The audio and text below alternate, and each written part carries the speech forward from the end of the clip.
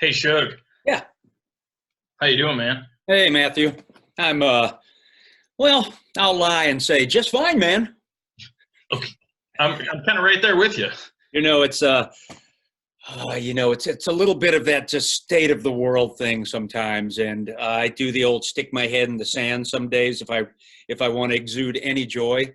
Otherwise, it's just a little heavy sometimes, man. Just like day to day, you're kind of going, let's just leave all the flags at half mast now forever, Yeah, I hear you. Yeah.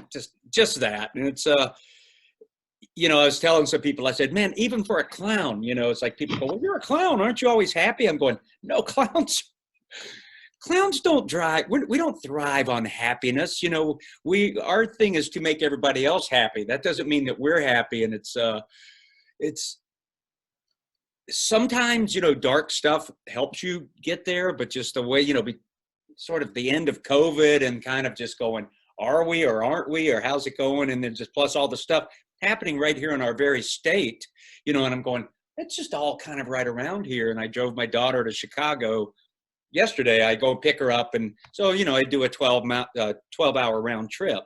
Mhm. And, they got a bunch of demonstrations going on and everything right in their neighborhood. So it's just kind of a heavy time that's hard to ignore a little bit.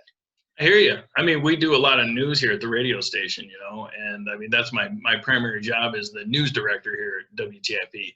And this podcast that we created is a fun side gig, which brings me joy. And You had to kind of wash all that news off of you. yeah, more or less. Yeah. I mean, even up in a little town like Grand Marais, when things get heavy, I mean, it's the same. And when we cover all news across Minnesota, we relate. We interviewed our sheriff today about how do you tell the difference between a taser and a gun. How do you distinguish that, localize these kind of bigger stories and bring it home? So I hear you. I'm feeling you on that too, man. Yeah, it's sometimes I sit and I watch the local newscasters on TV, and I've said to Meg, my wife, a few times, going, I wonder how they just repeat this litany of bad news every night, and it just doesn't overtake their soul. I wonder if they can just sort of channel, like, cut it off from here and just say the words and put it out there, because maybe I'm too sensitive. It would eat me alive inside just to have to keep bringing this up night after night. And, it must be a special skill that they have to be able to compartmentalize that part of themselves and not just take it all in. I don't know. Yeah, no, I mean, that's where it comes back to what are you going to do? What's your outlet? Is it going to be, partying and booze, or is it going to be the woods? What's going to be your tool? Well, I've done the partying and booze. Me too. Me too. You really that wears out really quickly after a while. Yeah, exactly. I mean, so that's why I think a place like, the Boundary Waters and, is such a healthy escape for me. I mean, that's my place to recharge and regroup and reconnect. Well, I'm hoping to drive up north this next coming week in my new Jeep I just got for my retirement. I saw that photo. You're looking quite lavish there. Yeah, it's been hard to get out of town. I won't go into it, but a lot of stuff going on with my wife's family right now. Mother-in-law fell. She's in hospice. A sister died. We had a thing, and it's just like, I just want to go to the woods. And, it's that thing of like, you get out there, and I've often told Meg, Meg is my wife, so I'll just quit saying Meg, my wife. I go, honestly, I don't think about you out there. It's like, I don't want to think about you in a sense that because I'll worry about you. Like, I hope you don't worry about me in the woods. And she's told me she doesn't. I just go, could you just pretend a little, she goes, no, actually, I just don't worry about you out there. You never seem nervous about it. I never see you fret. You just sort of let me know that Mother Nature's always going to win, but she doesn't worry. And I said, that's why I don't like to think about you, Meg, or my family too much, because it'll bring on thoughts of just like, oh, what if something happens to them while I'm out here? So I go, it's great, like, especially by day 2 or 3, when it just kind of goes, and the woods just kind of absorb you or you them. And it feels, I've never said this, and I just think, with the way of the world lately, I'm going, is it selfish? Am I being selfish to run away because I can? Because I've always been a guy that goes, a man will talk to me or a woman around my age. Like I'm 62, but I'm going to say like from 45 years old to 65. Mm-hmm. Well, you really make a lot of time for yourself. I just don't have time for that. I'm going, yeah, but you have time to watch TV 8 hours a day or do whatever. You can make that time. Yeah. And, I create that time, and maybe I'm lucky enough to sort of have that time. And it's just in my nature now, like I'm sure you are. It's just like, I've got to go. For one, I need it for my soul. Number two, I need to get a little YouTube video out because people are starting to ask me when I'm going again. When you're going out there again, Shug, when you're going out, your last 3 videos of this you at home, when you're going to, it's like with YouTube comes this pressure that I have had to tell people sometimes going, I don't live in the woods. I mean, there's times I get to go a lot. There's times I don't. And I would say that April in Minnesota is my least favorite time to try to get up there for, you don't know what you're going to get. The woods are kind of ugly. It's wet, cold, muddy. It's just it's a kind of, I hate to tell people, it's gross. It's a gross time where May becomes this beautiful time, I hear you. I think a lot of what you're saying too about even the mood of our conversation here today, right? You and I think, are both in our personas in my podcast that I do with my buddy Matthew, and me as Joe. Wait, are you Matthew or Joe? I'm Joe. Matthew is this. Okay, because you're saying Matthew. Yeah. Oh, I see. That's Matthew is just the and I'm Joe. Yeah. Sorry, Joe. Exactly. I'm calling you Matthew because I was going, his name is big down there. Yeah. My name. It's going to start scrolling across the top here, All right. Bright lights. Okay, you're Joe. Sorry. I was like, no problem. Joe? Well, hello, Joe. Hello. So there's Joe, the podcast persona. We go out in the woods. We have a lot of fun. There's Shug, the character of you as this YouTube personality that people gravitate toward and get engaged maybe about hammock camping, but maybe they just watch because they like seeing you and they follow you as this personality. But at the same time, we are not exempt from the realities of a mother-in-law who is, health is fading, and the societal issues that press on us, and that expectation sometimes can be, that's the hardest thing that I've had to sort of gravitate toward is when can you just be real? And I appreciate that we're kind of going down that path today. Well, me too, because it's hard to talk about this stuff right now. Been able to sort of push it back through the pandemic, but as we get to the end and the way things are happening, it's even talking in a backpacking podcast, I would love to avoid it, but in my soul, it's kind of welling up going, it's that thing of going, am I exercising some sort of privilege I have to go to the woods? That's the big question that keeps popping in my head. And I keep thinking about it going, I think about my parents getting me into scouts and my dad taking me backpacking. And I don't know, 5-6 years ago, I had a bunch of old equipment and I did a thing on YouTube to sort of give this equipment away, and I said, I don't know, just give me a good story while you want it. And I was getting a lot of this, well, I like to have it because the old lady doesn't have anything. And I'm going, well, you're not getting it. And one, I got a message from a scout that said, my little brother doesn't have any equipment to go camping, so he's not able to go on our camping trips. And I went, man, I never thought of that because my parents never told me that they paid money for me to be in scouts, that I remember them taking me down and buying me equipment. But, when you're 11, 12 years old, you think it's just happening. Oh, they just want me out of the house and taking me out and buying me the food for it and the M&Ms and all the stuff I needed, to go. And it opened my eyes to it. And I go, well, my parents were I would say we were middle class or maybe just slightly below. My dad was a Navy chief who went in the lumber business. His thing was we're always $10 short, but we get everything done. And so, in this world now where the, white privilege, I would just say privilege sometimes, just not even attaching a color to it. Mm-hmm. As a human, am I privileged to go to the woods? Yeah, I consider it a privilege to take that time and have the wherewithal to go. But, you know, on the other hand, I feel like it was kind of ingrained in me from a young age to go do it. So I kind of wrestle with that now. And I was talking to my daughter, driving her back to Chicago, and she's 29 and is very political and aware and says things like, well, Dad, you know, if you said that, that would be very tone deaf. And I'm going, as an old boomer, I'm going, oh my God, we got to like, I was sort of saying something about, is it okay to have any joy right now in these times? Or are we supposed to all just come down to a low point, you know, together? It's that existential, whatever that word is, extraterrestrial question. Existential, yeah, sure. That the human consciousness, the collect is like Carl Jung's theory of the human consciousness. Are we all pulsating on the same vibe, you know? Yeah.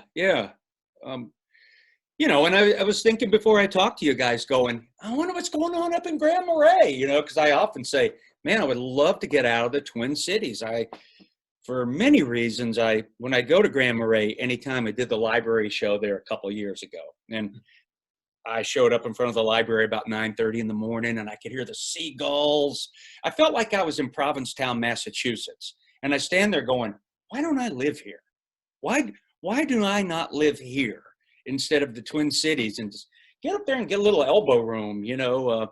Though what you said earlier, you know, you're not immune to troubles up there, but it feels like these days the big glowing orbs of tension and stuff are in the cities, are in Minneapolis, or in St. Paul, or in Chicago, or in Portland. You know, it's the cities that are sort of, and I just want to get to the woods and just go away for a few days, you know?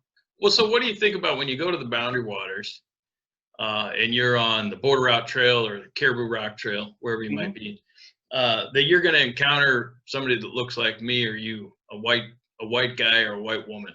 Do you have a response to that, or think about that, or what's your reaction to that? I just, from the faces I've seen over the years, have predominantly been Caucasian faces. And I have come across, you know, African-American backpackers down south. And, you know, I say hello and I have any trail talk like I do with anybody. You know, if I'm hiking alone, but I'm usually with Hickory or somebody down there. When I hike alone up north, sometimes when a Minnesotan is coming, I always step to the side of the trail and I hang my hands on my hiking poles. Look, I'm a big bear. Because I see people they see an older man in the woods alone, and you know right away they're going, axe murderer. So, you know, that's what I always think, because I would think it if I was young. I've seen guys get in front of their girlfriends. Hey, so, you know, it's always that thing of going, if somebody walks by, sometimes it's just a head nod, how you doing? Sometimes you sit there and chat for 5 minutes. So I have had the experience down south. We passed a African-American female solo hiker on the Foothills Trail. And after we talked a minute left, and she recognized me from my videos. Right on. And she said, oh yeah, I've seen you on videos, but she never said what she thought. And Hick said, I wonder what she thinks of you. And I said, she didn't say, so it might not be good. Yeah. But we were saying after we were out of earshot, isn't that cool to not just to run into a female solo hiker, but an African-American one? Mm-hmm. Because really, that might have been a first for me in all these years. So I usually expect to see guys like you. Yeah, that's the thing, right? And I expect to see guys like you. And I don't think that, like, by the nature of that, there's anything wrong. But how great would it be if the troubles that we're feeling, here we are talking about our escapes, you know, and our escape. You and I are avoiding drugs and alcohol, so we're escaping to the woods. And that maybe how great would it be if other people could access that in the way that you and I think of it. And that's when I talk to elected officials, say a state representative or even the mayor or whoever it might be, about, you know, encouraging people, diversity in the wilderness. Like that's like they're using legacy dollars for that here in Minnesota and encouraging people to get into the woods. I don't think of it as like, yeah, that's good just so that they can go to the trees. I think that's great because they're feeling this tension too, more than we are probably, Shug, and that they could know that there's a place to go that's safe and healthy where they can recharge and get away for just a little bit even. That's why I'd be encouraged to see more people of color in the wilderness is because I know that they're doing something healthy to get away from it, like we do. Well, if you look in a backpacker magazine or something, or any of these REI or Columbia Gear, everything nowadays, they're going to show every race, every ethnic, persuasion and all that. And it's like, so I sort of take a little mental checklist when I'm in the woods. I told my daughter, I said, well, it's profiling, but don't look at it like I'm profiling, like I'm scared. I'm sort of just taking a thing of going, how many young people do I come across? And when I say young, I'm basically kind of saying under 30, in their early 20s or early, and then you start looking, how many people do I see in my 40s? And then how many people do I see my age? How many male to female? I see a lot of female, or they or them, or, now we, I don't know, you have to be careful about how you even say that anymore a little bit. So, but I would just say the gender opposite of me somewhat as it goes from a boomer perspective. And, I was having this discussion with another guy I did a podcast with, a British guy named James, and his podcast is about just why do people go to the woods? And we were talking, I said, most people, if you go back and you look at, if I think about all the guys I was in scouts with through the years, very small percentage of us choose to go to the woods now. Some of them just weren't into it. Their parents put them in scouts and they had to come on the camping trips. I could see then that I go, they don't really seem like they really love it out here. It's like they don't look comfortable, and maybe they'll get that later in life, because sometimes scouts or church groups or whatever your group is that gets you into the woods as a kid. For me, the woods became a lot more fun once I was in high school and college, and me and my buddies could go unchaperoned. But we were drawing on all those things we learned, were sort of forced upon us to learn as youth, in scouts, and your parents taking you and kind of being micromanaged by my dad and his friends, and being told, here's how you build a fire. Okay. Don't you just pour some gasoline on it? And so I guess what I'm saying is, I'm assuming I talk about my alcoholism. I'm pretty open with it. I'm 34 years sober now, and I still love it when people think I'm drunk. Man, what are you on? I'm like, I don't know, espresso and life. But it was never, that part of my life was something that happened, because even when I was involved in being at the peak of my alcoholism, I still went to the woods, so that escape is like, for some people now, I realize it's gaming, their heads down in a game for 8 hours. And I used to kind of make fun of that, sort of like give them a hard time, but I realized, no, that's kind of their backpacking, I guess. They're really involved, their headphones are on, they're playing the game with somebody in Africa or Israel or some other, in Italy, in Canada, it's like, wow, it really goes around the world. So, we have these computers that will do that. Whereas if I go up to the woods, like let's just say Caribou Rock Trail, for me, it's more like it brings me back to these, I like to think more of these sort of primordial roots that are in this chunk of meat right here that I have in me. Like, I'm always going, what makes me go do this? It's a lot of work, it's a lot of work to be out here, so it's an interesting thing to think about, because if you and I were to take let's just say we took a group of at-risk youth, as they say now. And I used to wonder what that meant. And, usually it's people a little bit on the lower level of the income scale, and maybe they don't have a good parental units and all that. And it can be any, white, black, Asian, Hispanic. And let's just say there was a nice blend of all of them. We took a bunch of kids to the woods. I would wonder, how many would come back up to you and go, I want to go do this again, Yeah. And just, they're questions, but it's just the woods. So, it's like this guy, James, and I, once we started trying to figure this stuff out, you go, it's pretty broad. It's a lot more broad than just going to the woods, or a kid, I look at you and go, maybe your mom or dad took you fishing or something, a lot. And then you've got to sort of be out in nature to do that. So one thing leads to another, then you're camping and you're paddling and you're in the woods. And so it's pretty deep. It is. And, an interesting thing about when we talk about diversity in the wilderness, in the Boundary Waters specifically, is that, we talked to a politician, somebody in the House of Representatives, about money, getting more money through the DNR to encourage people of color to go to the woods. And then you compare that, like you're saying, with maybe an at-risk youth group that takes them from the inner city into the Boundary Waters, leads them in. That doesn't necessarily mean, you can't just drop somebody in the wilderness, in the Boundary Waters, in a canoe and say, like, now you're doing it. Yeah, have at it, Yeah, there has to be a will. There has to be a link. And so when we talk, that's the hardest part that I have about people who are really passionate about this topic of encouraging diversity in the wilderness. We got to do more to make sure that it's not just Shug white guy and Joe white guy in the woods.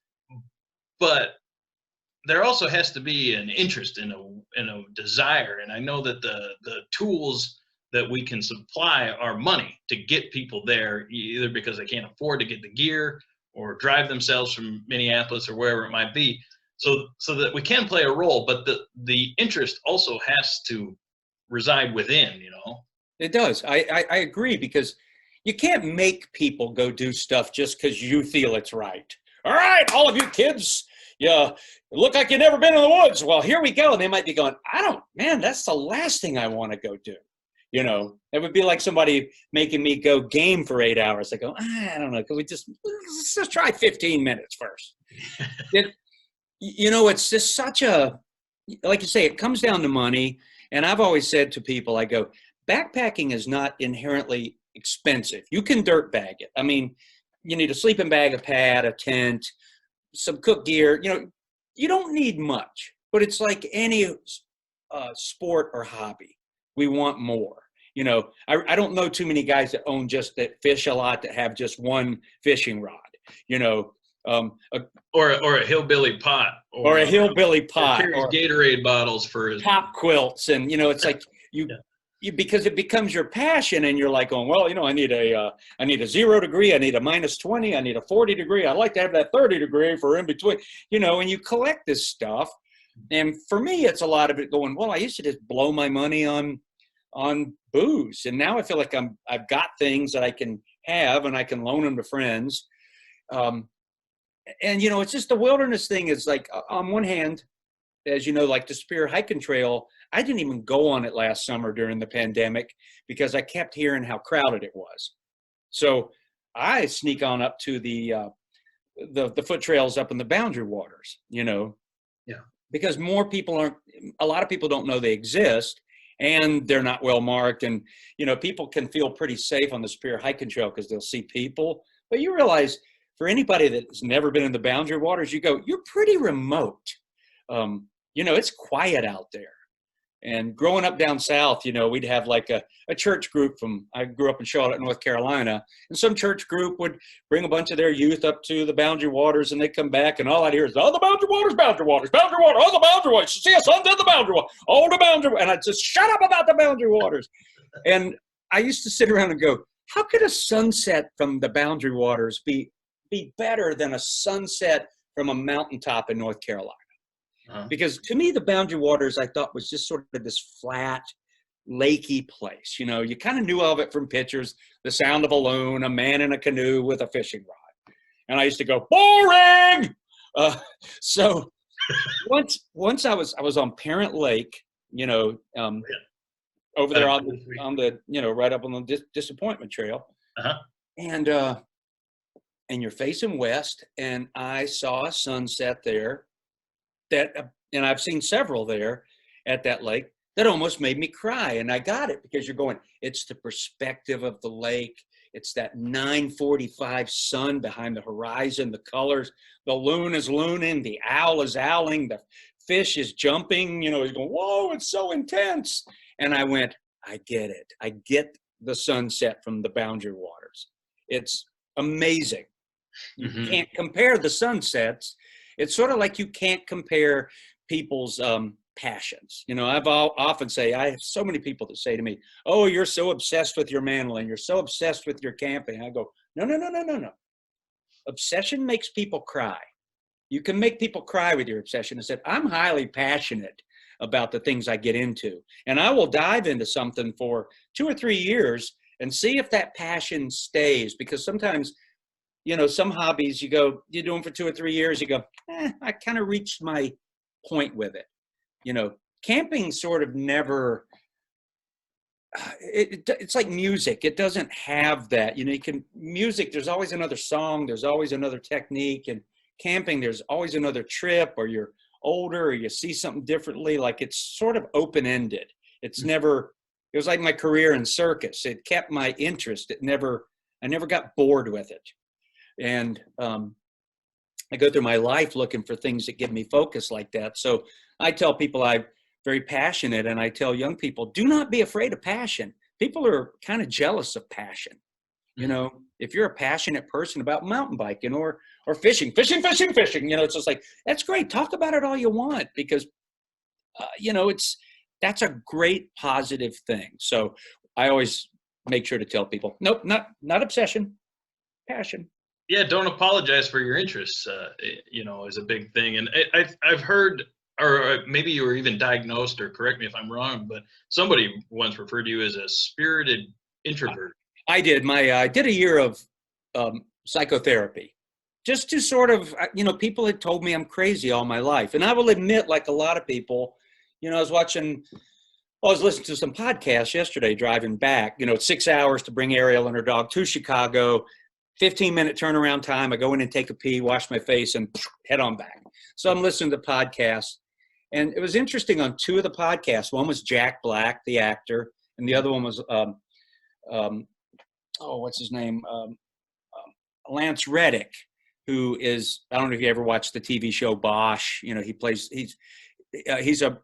He's an African-American actor that you would recognize if you saw him. He's a very powerful guy.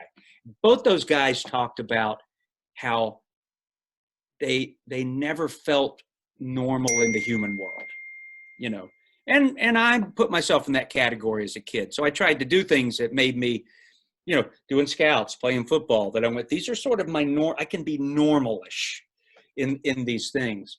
So people are always going, hey, you're crazy. Circus clowns are crazy. And Meg's family, they're a big family here. They go, oh, you're crazy. Why don't you just come sit down and talk with us? And you're always doing your little thing. So I just went to a guy. It wasn't about getting drugs or pills. It was just to go and talk to someone I was paying to go, let's delve into me. In fact, I went with a dissertation, and I did 45 minutes. Because I've watched so many TV shows where the psychiatrist is trying to get the other person to talk and they'll never talk. So I said, I'm going to come up with a dissertation of why I'm here.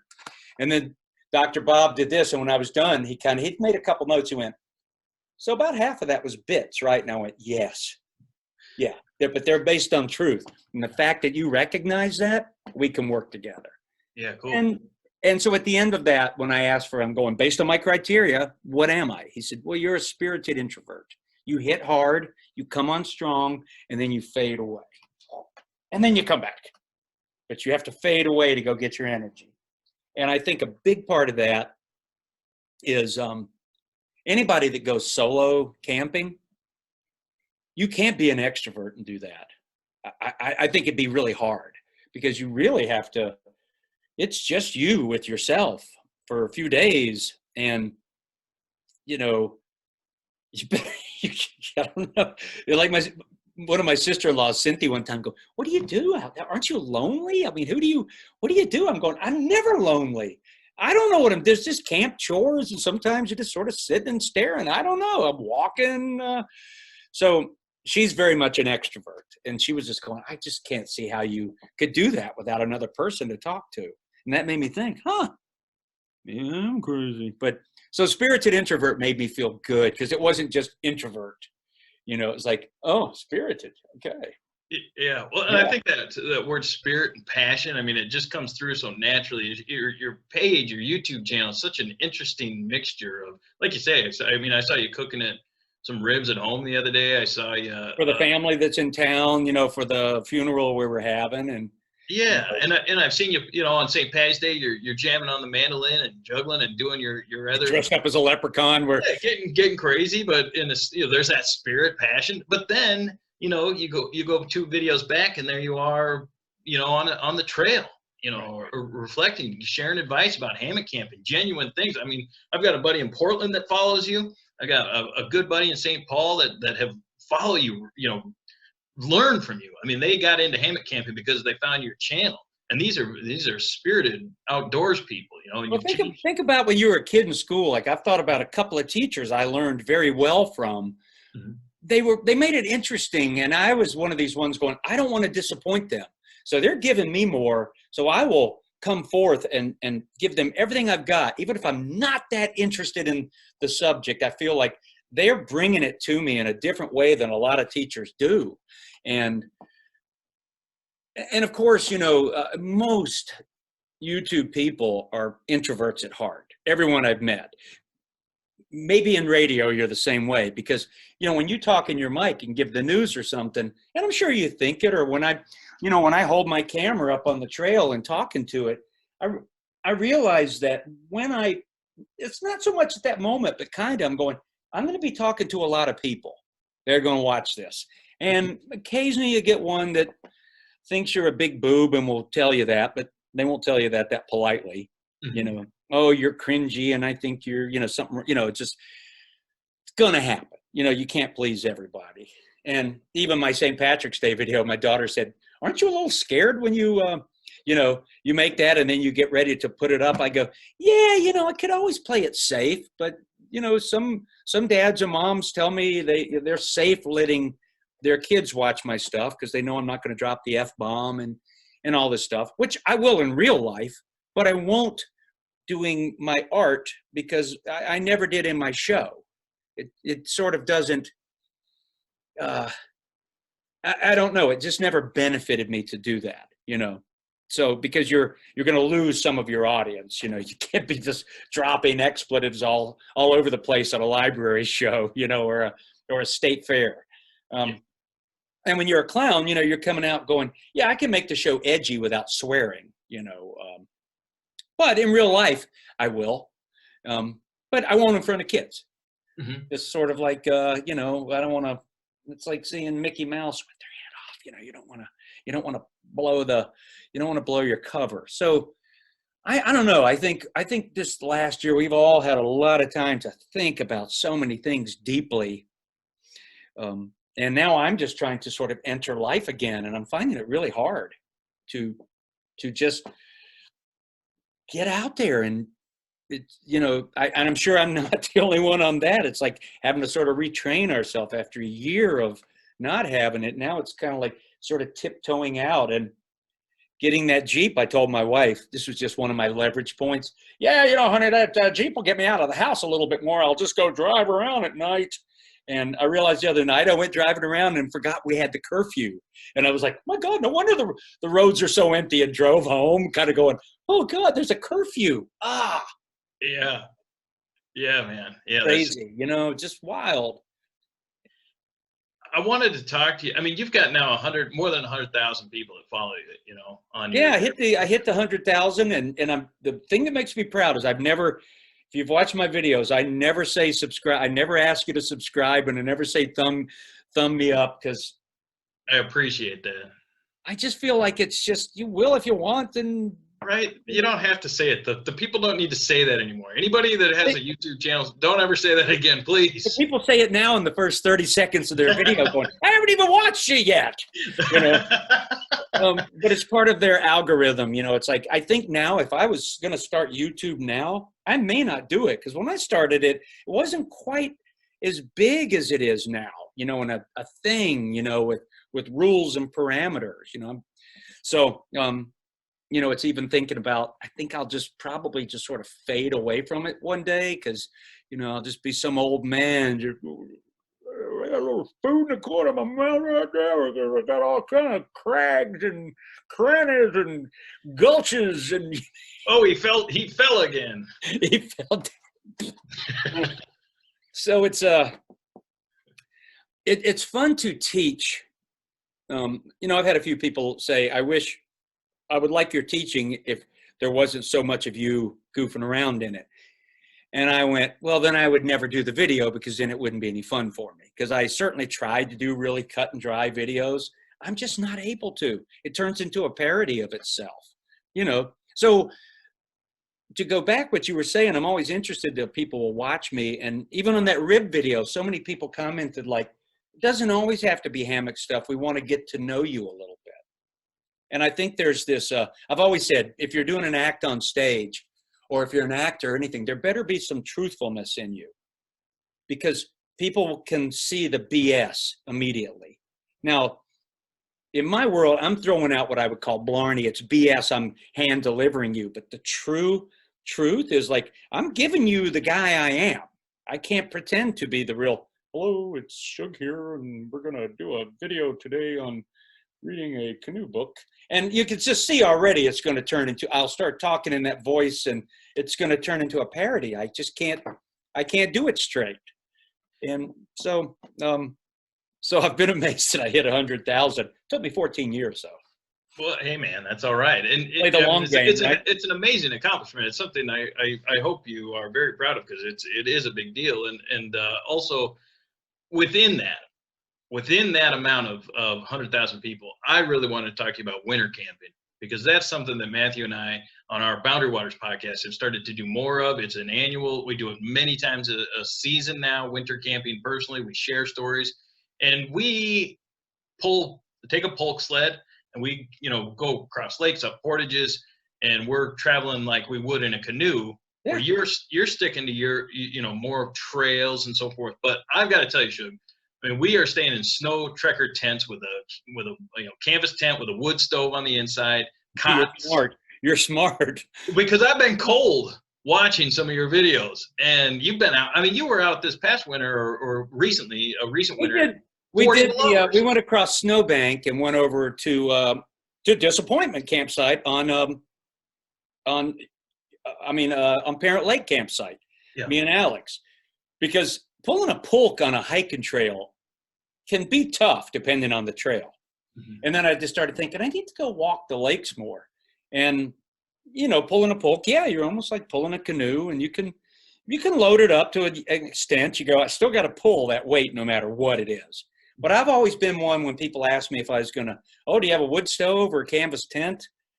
A couple of men told me, you winter camp wrong. I'm going, well, I'm winter camping, right? I want to do it in my hammock. I mean, that's my point. And I can build a fire. I know I have the clothing to keep me warm, and I don't focus on it. And I wanted to a little more this year. It's like when I make a camp with the hammock and people go, what if a big wind and a blizzard came in and blew your tarp up? I would cut a limb and put it under the tarp. I would cover it with boughs. I always look out in the woods for a place where a tree is down, where you can dig out and make yourself a cave, like a better shelter, lay on your under quilts, just cut some pine, spruce boughs and put it in there. If it's a real serious emergency, I'm going, don't think I'm just out there going, oh, well, no. My training has me doing that. I don't, it's kind of like, I don't want to spend half a video going, now if a bear comes, here's what we're going to do. We're immediately going to try not to make eye contact with, you don't want to you don't want to make it spooky. And I have people sometimes go, well, you should cover that stuff more. And I'm going, I'm not a bear expert. I've got my own things. Keep a clean camp. They're hibernating in the winter, but that's not to say there couldn't be some rogue bear. I don't know. I'm not an expert. Sasquatch comes out. The boogeyman comes up. I believe in anything. I believe in Santa Claus. Come on. So, I always call, that's when I say I check my perimeter. That's me looking for, in the summertime up in the Boundary Waters, after some of these, the last few years with some of these big winds we've had and people getting killed, I always look for, where is the place, if I'm laying in that hammock at night and it's getting super scary, where can I go and crouch down that I feel I have the best chance of survival if the trees are coming down? Like, still might get hurt there, but not like I might be laying, in my hammock. People, that last storm, a lot of people say, depending on the way the wind blows, and in that situation, you may not have the thing to go, well, it seems like the trees are falling inland. I'll run toward the water. But you're also sort of running toward trees that are falling towards you. So, it's not a perfect scenario, but you can check it out and go, I see a gap here. I could get by this rock over here, and if a tree did fall, it might fall over me. So I look for those places. Or in a serious lightning storm, a place I can go and hunker. I just make note of it and go, that's where I'd go. And I just sort of do it. I don't go around checking with everybody else. Have you got your hunker spot? I would just say, here's where we're going to go over here. So to jump back in the winter, I guess winter camping is really confidence, I think, in your soul to go, it's that thing. If you go out camping and you think you're going to be cold or you think you're going to die, that's all you're going to worry about the whole time. But if you go out going, it's winter, we live in Minnesota, half the year is winter, or a third of it, and it's camp or not camp, and whether you choose to do it with a wood stove or not, I have enough down and stuff. I've never suffered. It's like it's a great time to go, but it's a lot of work.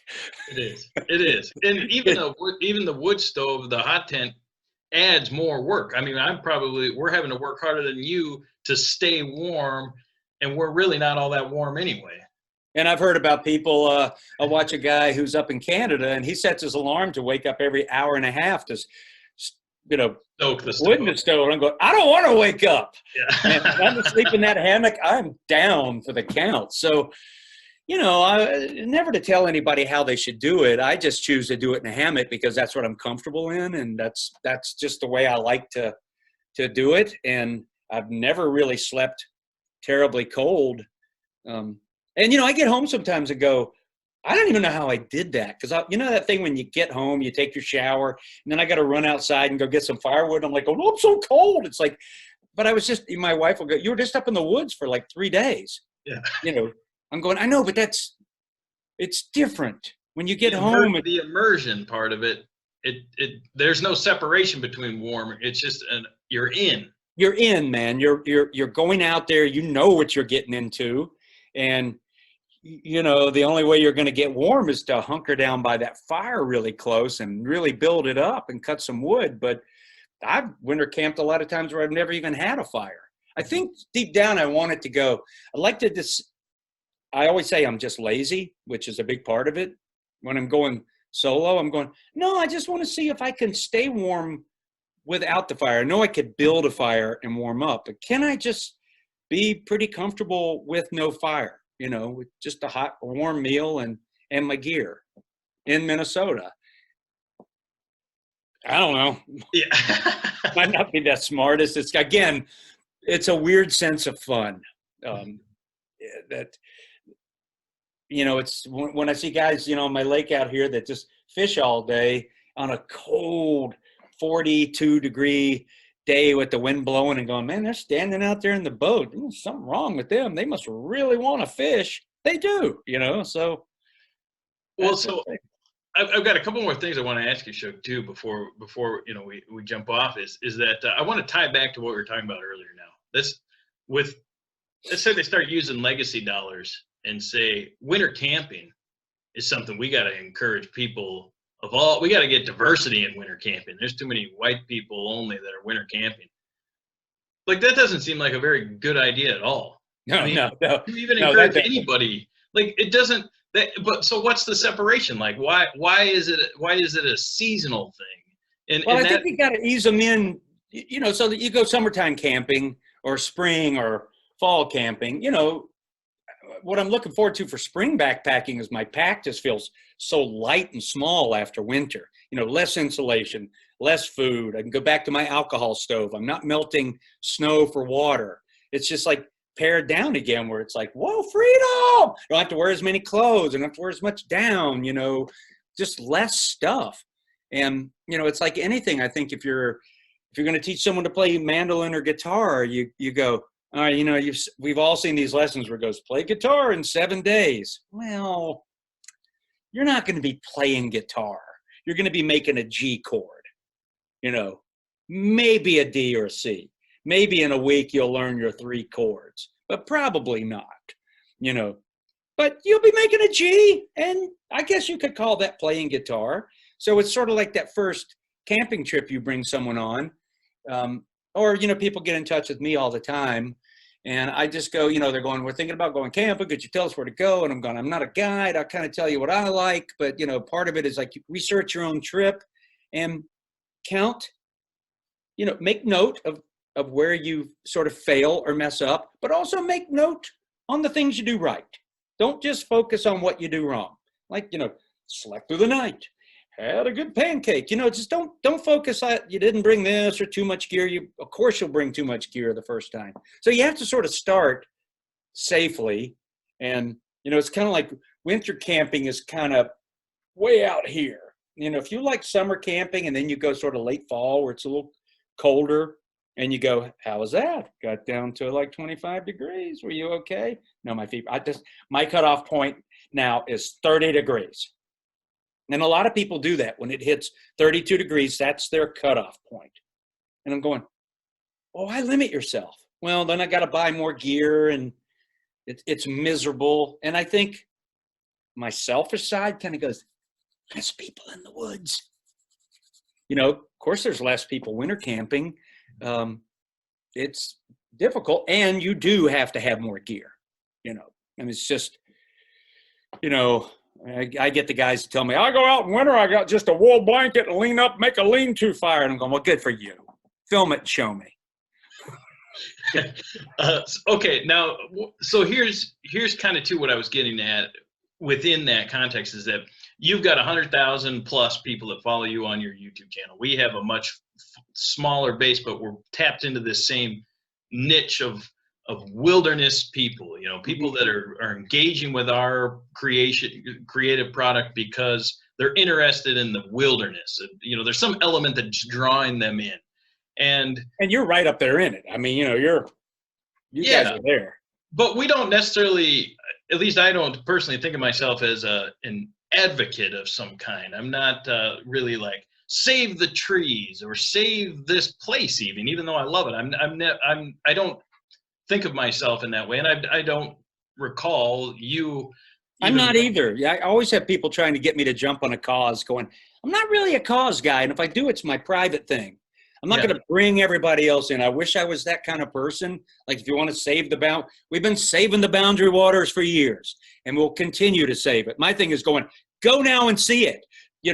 Go see it now. It lives now. Go now. Go see it now. Don't harp on, well, I was going to go in 20 years and it was gone. That's because you didn't go now. Go now. It's there. I was just there. It's beautiful. So I'm like you. I wish I was more that kind of person. I'm not really. I'm more like a pick up a little bit of trash kind of guy. Yeah, and it's been interesting to see. Like, I don't know if you saw that Julia Louis-Dreyfus from Seinfeld, this actress, this very famous person.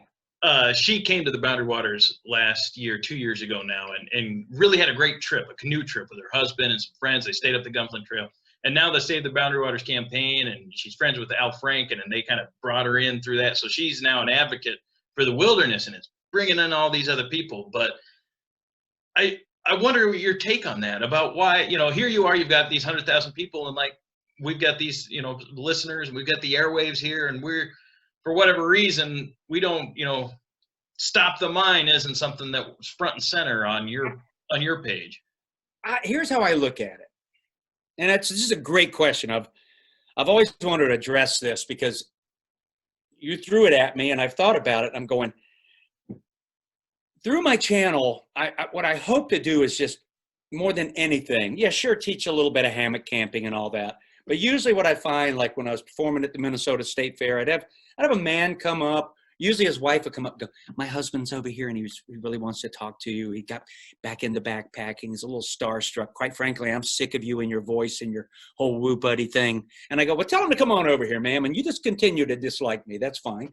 I'm good with that. My own mother didn't like me. So I'm probably making you happy in some way because you probably enjoy just not liking me. So, she's kind of joking. And the guy comes over and I realize I'm inspiring people just because people are going, that old guy's out there doing it. If he's having fun, why can't I? So I'm more the light approach. I'm the clown approach, because I always see these people that get, like, through the 60s, we needed those people that got out and demonstrated about when they used to drive. I realized this watching these documentaries on Netflix. I think Steven Spielberg did them. It's the 50s, the 60s, the 70s.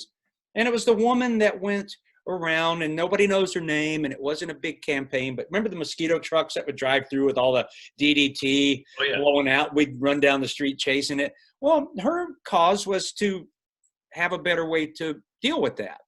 But for some reason, like someone like Julia, that's in their soul to get political and to put it out there, like use your platform. I frankly get sick. All right, I'm 50-50 on it. I love that some people use their platform. Even me, I get sick of every actor using their platform. Sometimes I'm just going, if you happen to see my video and go, we should go there. It looks really beautiful. Am I not doing my part just as much to inspire people to go now and show the fun side of it? Because there'll always be the people that they're the ones, like when I was in high school, my teacher goes, Sean, why don't you think about going out for, editing the yearbook or being on that staff? I'm like, nah, I'll let the smart kids do that. I'll volunteer them for things and then give them pictures of myself to put in there. That's not my role. I'm the idea guy. I go up and go, all my smart introverted friends, I go, guess what, Myron? I got you editing the yearbook because you would never step up and ask. Now here's some pictures of me. Do a great job. I'm moving on. And so on all these causes, I was even saying to my daughter, who is very political, and she goes to demonstrations for George Floyd, for all this stuff. And I've often sat home, and this doesn't sound shallow, but, when these things happen and immediately, the news comes on, and it just happened 3 hours ago, and there's already 1,500 people there doing a candlelight vigil. I always go, who are these people? Did they come down from heaven? Are they angels? Are they standing by? Because I sort of feel bad about myself going, I was kind of busy doing a chore. Uh-huh. I'll send in a donation, or my empathy may go there. And that sounds horrible, but it's kind of a little bit of how I am. And I just have to kind of eat that and live with it. But I like to feel, on the other hand, here's what happened once. Here's what I want to tell you. So I was on the Kekakabik Trail one time, walking up, and I was going up. I didn't know the trail as well at the time. I didn't realize it, but I was heading up toward the Old Pines or the Disappointment. And there was a group out there of about, 15 folks clearing trail. It was a really hot summer, and it was one of those years where there was a lot of army worms in the woods. And I'm walking along alone, and they were all looking at me like, God, you're out here by yourself? I was like, yeah. And I sort of stopped and talked to him, and I said, thank you so much for clearing the trail. I'd love to stop and help you, but somebody's got to be walking it. Yeah. We can't all be clearing it. Some of us have to be walking it so that you can clear it. And I remember walking away going, that's kind of true in a way. I send money in. I somehow, I kind of quit promoting the trail so much. Like, if somebody wants to ask me where my campsite is, I'll tell them. But now I'm kind of keeping it a little bit more in the QT, let them figure it out. But yeah, I agree. I don't know what that wiring is, the people that jump in and want to get on the front lines. I admire them, and we need them. But we also need the people that, I'm not. Now, you think Julia Louis-Dreyfus will ever go to the Boundary Waters again? Was it a one-time deal? Now she wants to save it. I'll be up there 3, 4, 5 times this summer. So I don't know. I feel like I'm going, Boundary Waters knows me. Knows when I'm coming. And my hippie thing is when people go, are you nervous in the woods? I go, no, because I won't go into the story because it'll be another 20 minutes. But I said, I don't go into the woods with a chip on my shoulder. I go into the woods going, hey, Woods, come to visit for 3 days. I'm like the cousin. I'm going to help you with some chores. I'm going to enjoy you. Hey, Red Squirrel, don't get bowed up. I'm just passing through. I said, that's why I think animals show themselves to me. I think they know that I'm cool. I hug the trees. And I do this. Before I hang my hammock, I hug a tree. And I say, I've chosen you special. and I'd like for you to not follow me or drop a limb on me. And you over here, I'm coming over to you in a sec. And I talk to them and I thank them in the morning when I'm done with them. And to me, it feels good. You know, it's like when they say the Native Americans would kill a deer and they kind of honor it and burn some sage. I feel like I'm asking permission a little bit to like, hold me up now. Okay. Now be good. Good trade. And, you know, we can't all do it the same way. We can't all be there on the front line. So I feel that was a fairly good answer. At the end of that answer, though, I still feel like maybe I should be one of these guys right on the front lines, but I'm just not. I don't know how to answer that really. Well, I would counter or my own observation on that, Shug, is that you are on the front lines and that I get more engaged and excited about the Boundary Waters by watching your videos than I would, you know, an 8, 10-minute, 30-minute documentary about the fact that it's at great risk from a proposed threat by a mining company. I think that you're an advocate without saying so. Without going into the heavy stuff. And, you know, I feel like, no, I better not say that one. That'll get me in trouble. But I see these alarmist things happen, and I believe they're real, even like climate change. My personal thing is going, yes, we have done a lot to do it, but wasn't Minnesota under glaciers at one point? Wasn't New York City underwater? The planet has morphed. We might just happen to be here while it's doing it more, and we're more aware, and we have more equipment to notice it. We're more in tune. Part of this pandemic thing, as I've been saying a lot, and all the things that are happening in the world now with race and inequality and everything that's happened. And this sounds lousy too, but my wife and I go, God, I just missed the 1970s. Not to say there wasn't horrible stuff going on. It's just that we were innocently oblivious at times, or I should just say I was, because you heard it through your parents who watched the 6 o'clock news. We didn't have these phones like these kids today in our hands. Even if they're going to scroll to go play a game, I'm sure they're getting some kind of feed or some kind of, you know, it's doom and gloom constantly. It has to be. I was telling my daughter, we didn't even have answering machines. The phone just rang. You picked it up or you didn't. And I said, it was just sort of that I, just as an old boomer, I just kind of missed that sort of unaware, you know, you became aware, but you weren't aware of everything immediately all the time. And even then we'd hear the thing about, as Boy Scouts, acid rain. Go to my dad, what does that mean, Dad? Well, I don't know, son. The factories, the smoke. He go, I don't know. He go, Japanese beetles are killing the trees. I mean, the world is always under attack from something. And I go, okay. So on these big issues, it's good to be aware. It's also good to think it from A to Z personally, you know, where you fall in, like going, okay, can we control the climate? I don't know if we have the power to really control it. I think we can keep working on it, you know, but good luck, everybody. But honestly, go enjoy it now, you know, go enjoy it now. Go do stuff now in the wilderness. And I don't know how long the Boundary Waters has sort of been under attack, because I've lived in Minnesota a long time. I'm sure there's been for 30 years the Boundary Waters are going to go away, and Canada's having it now. And there'll always be some mining company after it. And as far as I understand right now with the mining up there, and I felt like it was on hold the last time I read it or something. And I know there's a lot of people up on the North Shore that very much support mining. It's their business, you know, and I get that. It's like, as a circus guy, people give me a lot of crap about the elephants. I go, I didn't put them there. I came on the show as a clown. They were already there. They were my castmates. Selfishly, I enjoyed my relationships with the elephants. I saw them hurt people that abused them.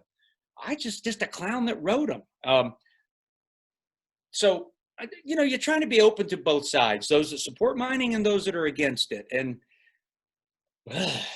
yeah, it's tough. I'm just going to keep camping and going, man. You know, it's like, yeah, all right, you know, that sounds like kind of a Switzerland answer, but I just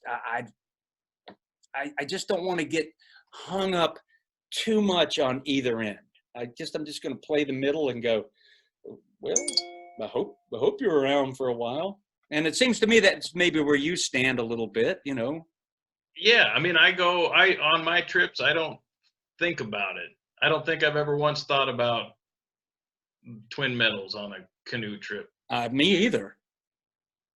Yeah. Because you're there in this lovely moment with the wind whistling through the trees, and it's like, you know, I don't want to fall into that thing going, well, I hope this doesn't go away. I'm just going, gee, this is so nice that I'm just in that moment of nature going, thanks, man. Thanks for enjoying us. We put on this little show for you. You know, don't be a downer. But I think the point, though, that somebody who is a strong, maybe even is aligned or works for the Save the Boundary Waters campaign would say, and you know why you don't think about it is because it's not there yet. And if it is, then you will. So that's why we're trying to stop it. And that part I can relate to. And we need those people that are doing that. You know, selfishly, yes, I need them. I'm glad they're doing it. And chaining themselves to things and doing all that. I've just never been that kind of person. And I just don't see myself becoming one now. And believe me, people have asked me online why I'm not doing more. And I'm going, my answer is going, I don't want to. I just want to go camping. I just want to enjoy the planet while it's here. I don't know. It's just, even after mouthing all this stuff, I'm not sure I gave a great answer. I should have just lied to you. But and said, well, let me tell you, Joe. Yeah. Right after this, I'm driving up there, and you know I'm going to take care of this situation.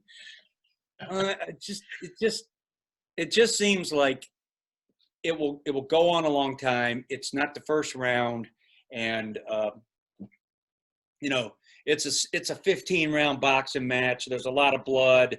There's a lot of cuts. I just don't know. I'm just not that good a person, but I'm good enough to go.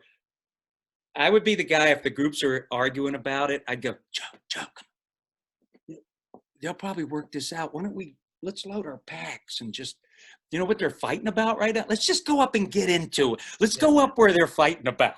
Let's go there. You know, that would be me. That's I'm right there with you, man. I mean, well, here's a perfect example in the circus. All right, quick story. Like us clowns, when we take our makeup off at the end of the night, whatever town we were in and the train, whatever bar was closest to where our Ringling Brothers train was parked, was the bar that circus people kind of went to.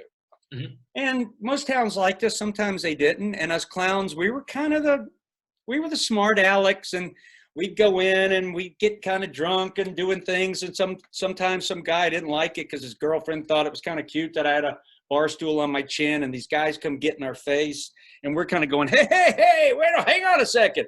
But we had all these guys. They had a guy named Black Joe and from concessions. These guys liked fighting, and they were protective of us clowns. They would come in and get in a fight with those guys. You know what we would do? We would go around every table and drink everybody's drink. Yeah. Well, the melee ensued. And Black Joe and Leshik and all those guys would thank me the next day. They go, hey, Shum, man, act up again tonight. I needed a fight last night, man. I was ready. I was so, they carried up a roll of quarters in their hand. We were sort of the catalyst to instigate everything and just step out of the way, and we'd be drinking. Everybody. Yeah, oh, man. Yeah. So, you look down at your basic format and you go, well, that's how I was molded. I don't know how I feel about it, but that's the way it is, Uh-huh. Yeah. That I can relate to that totally. So that's the same. The same thing applies to all of this. It's so just lastly, I mean, I think of you as a backpacking hammock camper. That's how if somebody was to say who's this guy Shug that you have on the podcast? Well, he does hammock camping. He goes backpacking. He takes you on the journey with him, and he educates through various parts of his personality, comedy and reflection and so forth. But I heard you were going on a canoe trip. Are you thinking about maybe getting a solo? I really, that's I got, I used to have this book. I'm rereading. I'm on my second reading of The Wilderness Paddler. I'm just studying a lot of techniques because the thing is, I walk the trails, up there up in the Boundary Waters. And I've seen those lakes now. I mean, I love them, but I'm realizing there's so many more places I can go if I have a canoe. And I'm really interested in some solo canoe trips as well as tandem or with a group. So because I look on the map and go, man, I would really like to get back to that lake, these little lakes. And they're not that far from where I already go backpacking, but I'm sort of cutting myself off. And then the other thing is you just kind of have to have something to kind of get yourself reinterested sometimes. And it looks to me that canoers eat a lot better than backpackers. And to me, let me just back up and say, like, I don't think I've never thought of backpacking as any big deal at all. It's just something I do. But through YouTube and doing podcasts, you realize, oh, there's people that really think about this. There's people that really put a lot of thought to it. It was just, to me, it was always escapism. It was always like as a scout going, man, I have a huge bag of M&Ms my mom bought for me. And I'm going to weasel sack these things and go eat them in the woods by myself. I'm not even going to give any to Hicks. Like, you know, it was just like there were these little simple pleasures. And then you go, man, you better eat them M&Ms. You're lucky I don't like candy. And I got a couple of cigars we can smoke later. You know, our scoutmaster gave them to me. He said, be a man, son. It's the 70s, everybody. So it's, I never thought of it as a big thing. To me, it was escapism. It was getting out of chores. It was just getting away. It was my Billy Jack moment, if you understand that reference. Did you ever see the movie Billy Jack? And he goes on the big peyote trip and he's, you know, the rattlesnakes and everything. I was just going, it was kind of I was never a hunter. You know, I wasn't raised in a hunting family or anything like that. And just to backpack, and especially solo backpack, it always made me, and I don't even know if this is a proper thing to say, it just made me feel like a better, like a man, a little bit more getting in touch with my inner strength, I should say. You know, just that I can do that, you know, that I don't have a problem with that at all. Sleeping out in the woods by myself, being out there for days, that doesn't faze me. I feel comfortable. And I've had hunters, a man, he says, Shug, I'm a hunter. I wouldn't sleep in the woods by myself, though. And I was like, really, huh? Yeah, let me hold your rifle, or whatever that is. So it's just one of those things. I think we all need things in our life that give us some sort of self-esteem or some joy. You know, it's a bundle. It's joy, it's excitement, it's some self-esteem, some kind of like in touch with something deeper inside yourself. You know, I do say that sort of primordial. I've thought about this a lot, and I think we all have. Why am I out here in the woods, and why do I feel comfortable here? Well, it's something deeper in me than just, you know, it's just in there. It's like playing music. Why do I play this particular kind of music? Well, it's down in there somewhere. You know, I'm enthralled by that. I don't try to overthink it. I just kind of go, I'm just going to keep doing it. So I don't see it, you know, I always tell people backpacking is not rocket science. It's not. You know, I've tried to tell people, I said, well, you know, backpacking, you are vigilant when they ask about, what about bears? You know, especially the guys in the UK always ask me, they're amazed about the bears, the wolves, the moose. They go, all we have is badgers. I'm going, you know, you're vigilant. You're seeing signs. The bears walk the trails we walk. So they poop on the trail, you know, but I don't think they're hiding behind a tree ready to get you.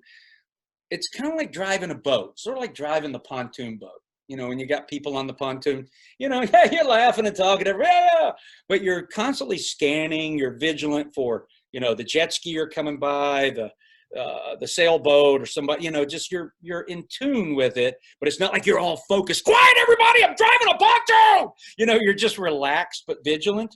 And I go, that's what backpacking and being in the woods is. You're tuned, but you're not nervous about it. You're just lightly vigilant about everything. Mm-hmm. You know, not to a nervous level. Just, yeah. You know, you see the weather, you see the clouds, you feel the air, you see the poop, you know, you enjoy the beauty.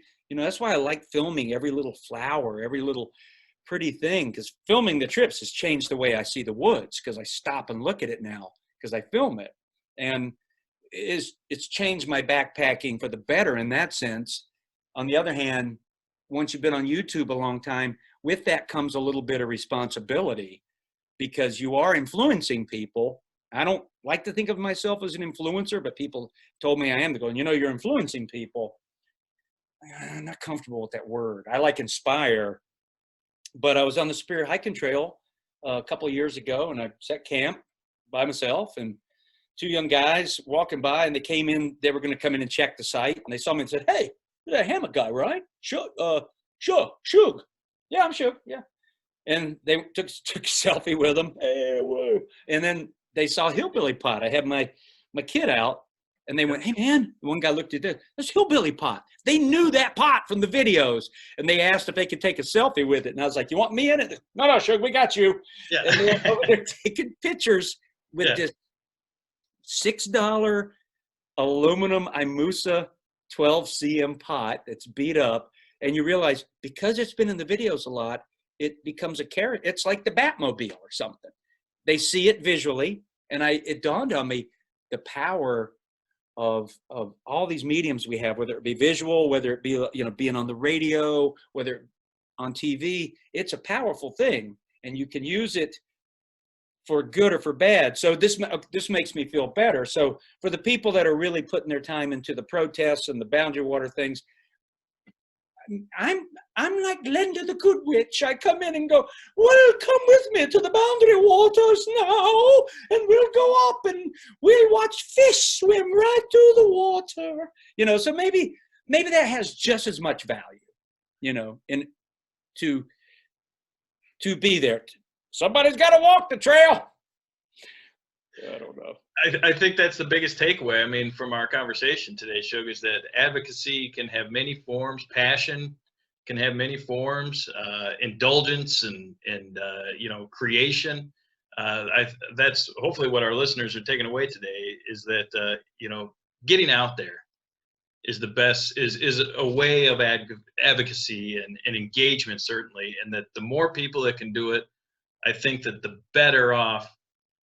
the more people that can get to the boundary waters and do it safely and do it in a way that's leave no trace or as low impact as possible, the better off things are going to be. And the better off they're going to be. They even if it's that church group from the Carolinas and they did one trip as a 14-year-old in the boundary waters, they will have that. I bet they will talk about that throughout their whole life at some point. "Well, I've been camping too one time, Sean. We went to the boundary waters. Here's what it sounded like. Clunk, clunk." Just like, and what is wrong with that? That's a powerful thing, to have that memory, that experience, that moment. So, you can't pigeonhole us or put us all, making myself feel better here again. Some of us have to be active participants in just going there. It's kind of like somebody cooks a great meal. We're just going, and I'm coming up going, "I'm going to have fourths, if you don't mind, because I know you went through a lot of trouble, and it seems like nobody else is eating it. So I'm just going to, can I just bring the cake home? Because I will eat it and love it. It will not see midnight." Yeah. So it's, as we get in these discussions, what's really weird, Joe, is like, now that I've been in a couple of these just lately, there's really no answer. There's no end. It's really hard to wrap an answer into this backpacking stuff, even getting into the things like stopping things that are sort of endangering the boundary waters or places all over our planet, because the planet is also endangering things on our planet, and the atmosphere, and Zeus and God and Jesus and Boo Radley, they're all after us, Haile Selassie, Shiva, it's just like it's all coming from everywhere. And, at a certain point, you just have to go, I'm just going to go up there and give it some love, man. I'm just, that when I go up, and if I hit the snowbank trail, it's going, "Hey, that guy again. Yeah. Let's try not to turn his ankle this time, everybody." I don't know, right? A little bit? Yes.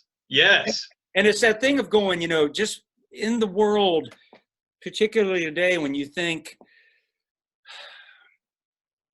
everybody you're meeting in certain places is getting on your nerves. But when you run into somebody at the end of a portage or pass them on a trail, there's this beauty in when humans have this,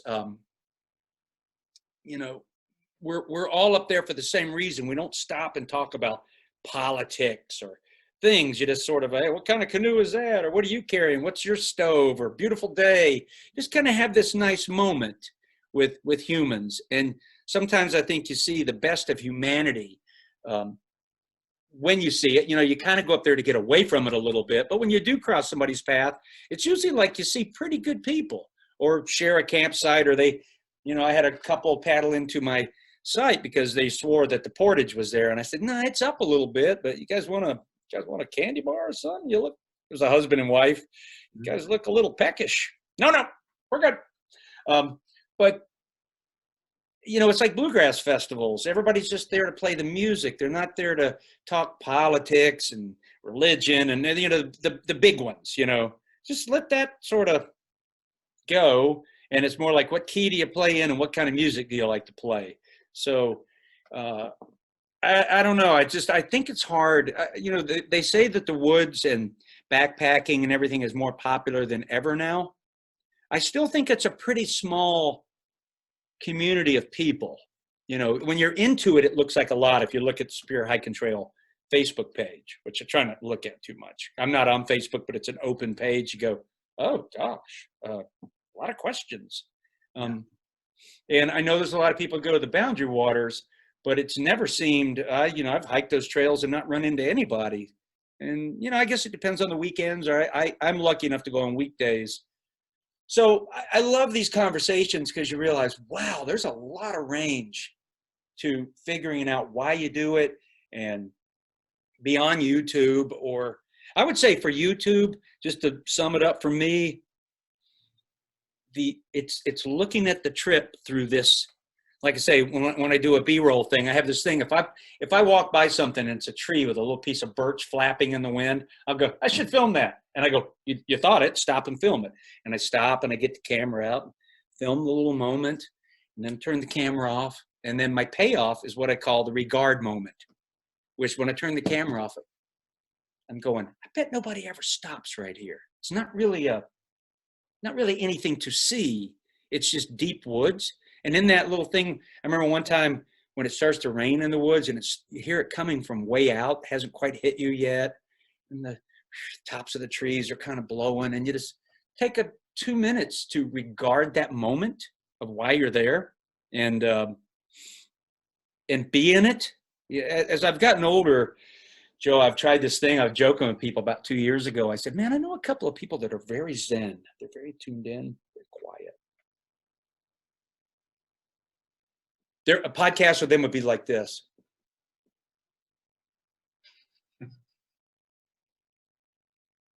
We're head nodding slowly. Where I was going, I want more zen in my life. And I think in 2 years, I've garnered maybe 1.7%, but that's better than nothing, where I can just zen in. And the easiest place to get it is out in the woods, because on a privilege level, on just a metaphysical filter level, we were out, me and Alex and Jonah were out in the woods when the George Floyd thing happened. And I had my inReach, and we heard from the girls. I texted Meg, and she's going, we're in lockdown and all this. And we're up there I'm letting them get in contact with their, with Amber and Laura and stuff. And like, we would have had to hike out about 16 miles, but we're like, should we come? And then they were calmed down. It's kind of weird. Sometimes when you come out of the woods, you don't know what's happened in the world till you come out, and you realize, oh my gosh, there's a tornado here or something there, or war started here, or nothing, hopefully. And that stepping back into it, I have to keep looking at it as a good thing, rather than, someone told me, somebody commented when I came back from that trip, and I waited several days to put the video out because I thought it would be tone deaf, and I thought it's appropriate amount of time. And somebody told me, well, this is, Shug, I usually like your stuff, but this is, I'm not into this. And I said, look, man, I wrote, certain people, we all find comfort our own way by getting involved. Some people wanted to go riot. Some people wanted to go protest. Some people wanted to pray. Some people wanted to stay home locked to the tube. Some people bring food. I happened to be in the woods. I didn't choose to go. It happened while I was up there. And, it made me think about it going, oh, as a clown, you always go, I always try to focus on joy, even in bad times. now you can't always put your main focus on joy when some of the things that have happened lately, and just what's going on in our own state with the trial and everything. It's on you, like we spoke at the beginning. It's kind of, you're feeling it. It's like cobwebs around you all the time. It's a tough one, but in that, you have a nice piece of pizza and you sit down and watch a movie for a minute and are kind of gone for a couple of hours. Does that make you a bad person just because you wanted a couple of hours of escape from it all, instead of just constantly focusing on it? I don't know. I'm not saying one way or the other, but I just gave this guy an answer and I said something and he took his comment down. I was just kind of saying, we all deal with it different ways. And I'm not even sure how I deal with it yet. I'm still coming to grips with everything. Like we said in the beginning, just getting back out there, and I'm looking so forward to hopefully next week, if I can get out for like 2 nights, take a Jeep trip, just to go be in the woods for a minute. To me, that might be my church. That might be my candlelight vigil. It's not like I go out there and I don't think about things, but I think for a lot of us, 99% of the times the woods are our fun place. You look forward to going with friends. You're going to smoke some cigars. You're going to go fishing. You're going to eat some pancakes and have candy bars. But as kids sometimes, and I'm sure, I just got to imagine you were probably like me and my buddy Hicks. A few of us would, after school, we'd go play in the woods. And there'd be certain times you couldn't wait to get in those woods as a kid because you needed to get away from mom and dad and schoolwork and just life, man. It was just beating you down. And then, just out there throwing dirt clods and falling in the creek it kind of brought you back up to level, where another kid might go to church or might deal with it a different way. It's that's what the woods always really did for me. It was just kind of a safe place. It sounds weird, but you can get killed in the woods. Yeah, you can get killed everywhere. But it always feels kind of like a dangerous, safe place to me, where there's a peace in my heart, a little bit. Yeah. Well, this conversation put some peace in my heart, Shug. I'm in a different place mentally here than when we started talking, and I appreciate all the stories all the time, and both here in the conversation and on your channel. And we didn't even talk about hammocks, did we? Yeah. Yeah, I think that's all right. Isn't that important? I think at this point in life, the place, the woods, and touching on these, you ask such great questions today that I hope people ask sometimes that really provoke some thought. And then I know when we're done, I'm going to go, oh man, I gave the worst answers ever, because I'm going to have to go back and keep thinking about some of them, just, and through that, it might be 3 years from now, things we talked about today, I'm going, well, I'm going to go, no, I won't. I'll just go camping more. But it just gives you thought. It's like these acts of something as simple as the North Woods I've never thought about it until this year. I've never thought as deeply about the woods as I have, and how unexplainable to myself it is, and how I'm still kind of confused and perplexed and overjoyed and proud that I'm a part of that culture that goes up there into the woods. I've often thought, laying on the couch sometimes, going, well, if it really all comes down to it, it's the end of the world. Things gone bad. I can't really do a tourniquet or high mathematics. But if we had to take off and go be in the woods, I feel like I could go, follow me. I will at least make you feel comfortable out here. Like that's one place I could sort of go, all woodsmen, and by woodsman, I mean every gender, every person, everybody that goes to the woods people. We could go, yep, just, it's going to be kind of cold, windy at times, but we'll be good. 45 degrees can be cold. Don't think it's not going to be when there's a light breeze coming through your camp. So it's deep, man. It's super deep, and it should be, because it's a power. it's a power out there. And again, it might be part of the reason we go up there because, you know, without noticing it, there's this ominous sort of omnipotent, you know, it's not ominous because it's also beautiful. Just sort of this, it's like a giant hug, you know, and it could turn into a kidney punch very quickly. Oh, so, you know, in a headbutt, bam! Oh God, what are you loving me or hurting me? You know, it's like my friends used to tell me when I quit drinking, they go, "Yeah, Sean, man, it's glad you quit drinking, but you know, you don't hug us as much anymore. But on the other hand, you don't headbutt us as much either." Yeah. So, Hey, well, I hope we can dive back into some of this out on the trail sometime. I know you know, people are always asking you to go camping and stuff, but I mean, we live up here, Shug. I'd love to, you know, we talked about that now that I've looked at you in this little, you know, 3x4 square for an hour or so. Yeah, because we wouldn't even need to talk about it. We could just look at each other's faces and body language and just sort of go, yeah, you know, this is why we're out here. And, you know, maybe on the flip side, those people that spend their time doing paperwork and writing letters to save things, maybe it's for people like me to get to just go. But, you know, hopefully somewhere, and I'll have to think about that, I'm making up for some part of that and adding to that as well in my own way. Doesn't feel like it right now. I feel just like I'm just a guy that goes to the woods. But, you know, I'm not a real religious man, but I believe in bigger things. And, you know, just to keep it kind of plain, I like to think that God looks down and goes, my boy's enjoying my work.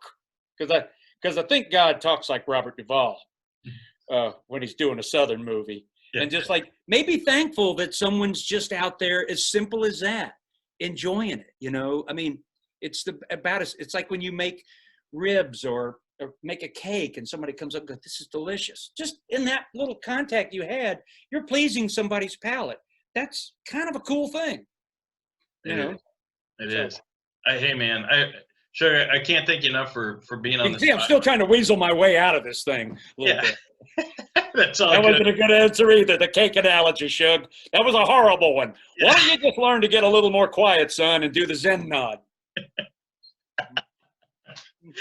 Hey, well, if you know, however it shakes out from here, you know, I mean, I hope our everybody took away something from this. I know I certainly have, and I hope you did too, man. You know, Shug. Listen, don't put this podcast out. I think it's just going to confuse people. What were those guys talking about? I mean, 1 minute they're talking about camping, and then I don't know where it goes. Yeah, I got to sit down and think about it. I didn't want to do any thinking today. Go. Hey, well, I've taken some of your time. I appreciate you sharing it, and keep in touch, and we'll do the same up here. All right, Joe. All right, Shug. You take that garden, man. All right, cool. All right. See ya.